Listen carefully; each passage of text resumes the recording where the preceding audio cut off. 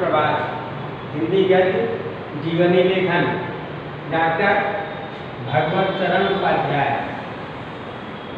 कक्षा 10 high school में।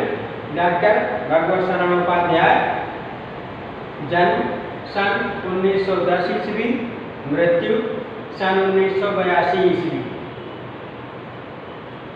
जन्म स्थान बलिया जिले का उजियारीपुर गांव। इनकी प्रारंभिक शिक्षा गांव में हुई और इसके बाद फिर बनारस आ गए। काशी हिंदू विश्वविद्यालय से प्राचीन इतिहास विषय में एमए की परीक्षा उत्तीर्ण हुई। ये श्रेष्ठ पुरातत्ववेत्ता की कोटि में आते हैं। इन्होंने प्रयाग संग्रहालय और लखनऊ संग्रहालयों के अध्यक्ष पद पर कार्य किया। इनका साहित्य सृजन बहुत उच्च कोटि का है। 100 से अधिक ग्रंथों का हिंदी में प्रणयन किया। जीवन परिचय। पुरातत्ववेत्ता डॉक्टर भगवत चरण उपाध्याय का जन्म बलिया जिले के उजियारीपुर गांव में, बलिया जिले के उजियारीपुर गांव में सन 1910 ईस्वी को हुआ था। इनका जन्म बलिया जिले के उजियारीपुर गांव में सन 1910 ईस्वी को हुआ था। इनकी प्रारंभिक शिक्षा गांव में ही हुई। इनके गांव में ही प्रारंभिक शिक्षा इनको प्राप्त हुई। बाद में उच्च शिक्षा के लिए वाराणसी आए और यहाँ पर काशी हिंदू विश्वविद्यालय से इन्होंने प्राचीन इतिहास विषय से एमए की परीक्षा उत्तीर्ण की। ये संस्कृत साहित्य और पुरातत्व के अध्येता और हिंदी साहित्य के उन्नायक साहित्यकार हैं। ये प्रयाग संग्रहालय और लखनऊ संग्रहालय के अध्यक्ष रहे। इन्होंने पिलानी स्थित बिड़ला महाविद्यालय में प्राध्यापक पद पर कार्य किया। पिलानी में बिड़ला महाविद्यालय है जिसमें इन्होंने प्राध्यापक प्रोफेसर पद पर कार्य किया। तत्पश्चात विक्रम विश्वविद्यालय उज्जैन में प्राचीन इतिहास विभाग के प्रोफेसर एवं बाद में अध्यक्ष पद पर कार्य करके वहीं से अवकाश ग्रहण किया। विक्रम विश्वविद्यालय उज्जैन में है, उसमें जब इनकी नियुक्ति हुई तो प्राचीन इतिहास विभाग के प्रोफेसर पद पर और बाद में अध्यक्ष पद पर प्रोन्नत हुए और वहीं से अवकाश ग्रहण कर लिया और इसके बाद फिर अपना स्थायी निवास देहरादून में बनाया। देहरादून में स्थायी रूप से निवास करते हुए साहित्य साधना में तल्लीन रहे। आजीवन साहित्य सृजन, साहित्य लेखन में लगे रहे।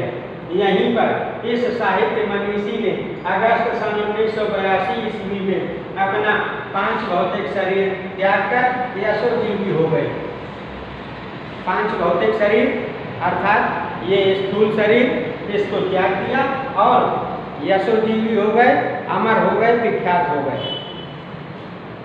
रचनाएं। श्री उपाध्याय जी ने विपुल साहित्य का सृजन किया है। इनकी उल्लेखनीय रचनाएं इस प्रकार हैं। नंबर 1 पुरातत्व, मंदिर और भवन। पुरातत्व के ग्रंथ हैं मंदिर और भवन, भारतीय मूर्तिकला की कहानी, भारतीय चित्रकला की कहानी और कालिदास का भारत। कालिदास का भारत। इतिहास। नंबर 2 इतिहास, खून के छींटे। इतिहास साक्षी है। इतिहास के पन्नों पर प्राचीन भारत का इतिहास, साम्राज्यों के उत्थान पतन आदि। ये इनके इतिहास ग्रंथ हैं। खून के छींटे, इतिहास साक्षी है, इतिहास के पन्नों पर प्राचीन भारत का इतिहास, साम्राज्यों के उत्थान पतन आदि। नंबर 3 आलोचना ग्रंथ, विश्व साहित्य की रूपरेखा। आलोचना ग्रंथ में विश्व साहित्य की रूपरेखा, साहित्य और कला, कालिदास आदि। नंबर 4 यात्रा वृत्तांत। यात्रा वृत्त है कलकत्ता से पीकिंग, कलकत्ता से पीकिंग, सागर की लहरों पर, सागर की लहरों पर, मैंने देखा लाल चीन आदि। नंबर 5 संस्मरण और रेखा चित्र। मैंने देखा ठूठा आम। अंग्रेजी के कुछ ग्रंथ यहाँ दर्शाए गए हैं। अंग्रेजी ग्रंथ India in Kalidas, women in Rigveda, ancient India आदि, ये इनके अंग्रेजी के ग्रंथ हैं। हिंदी जगत में स्थान, हिंदी साहित्य जगत में इनका क्या स्थान है?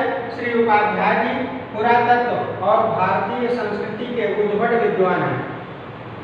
उद्भट माने शीर्षस्थ, सर्वोपरि। उन्होंने अपने गंभीर और सूक्ष्म अध्ययन को अपनी रचनाओं में साकार रूप प्रदान किया है। अपने अध्ययन को अपनी रचनाओं में प्रकट किया है।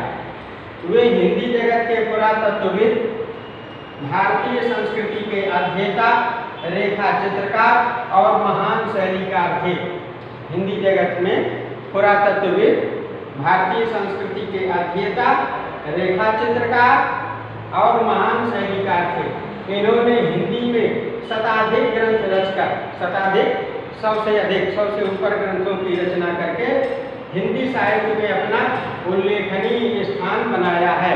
हिंदी साहित्य में अपना उल्लेखनीय स्थान बनाया है। उपाध्याय जी अपनी सशक्त लेखनी के बल पर हिंदी साहित्य में अमर हैं। अपनी सशक्त लेखनी, लेखन काल के बल पर हिंदी साहित्य में श्री भागवत शरण उपाध्याय का नाम युगों युगों तक चिरस्थायी रहेगा, अमर रहेगा।